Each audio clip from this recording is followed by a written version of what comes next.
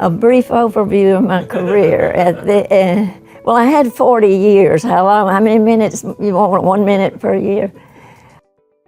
I wanted to become a nurse as a 9-year-old child. I had 2 aunts, and both of them were vivacious and happy all the time, and I liked their attitudes, and I assumed all nurses were that way.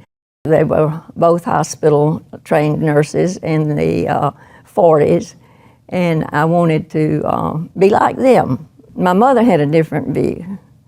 She wanted me to go to college, get a degree, and she wanted me to be prepared to take care of myself in my life. So I signed up to go to the university at Auburn. The Pilots Club of Alabama was going to give a scholarship to the University of Alabama new school of nursing that was opening that I knew nothing about. And about 3 weeks before I was heading to Auburn, Alabama, I was notified I was the winner. So here I am, changing schools, getting a room, having all of that to do. But it really was the thing that set the pace for me being where I am today. My career spanned 3 separate entities.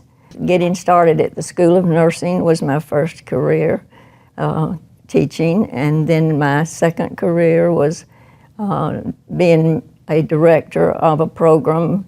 It was actually a grant program, and called Reality Orientation Training, and it lasted for 12 years of teaching and workshops and training staff in the area of the mentally, people who have a deficit in their memory and confused and disoriented. And then the third career was with the VA, where I had a supervision of 275 patients, and I had I was an associate chief for nursing service, and got to continue with the veteran patient. At the age of 85, I also wrote a book.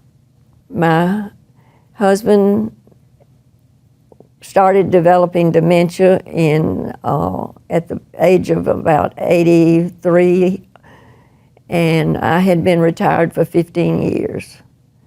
I thought God was playing a joke on me. But I knew that if somebody had to have dementia, that I had the skills that I needed, better prepared than somebody else, and that this was just going to be the challenge that would be for me and my family. I was journaling and writing these things because I had to have an outlet. A doctor in town read one of my poems, and he suggested that I write a book.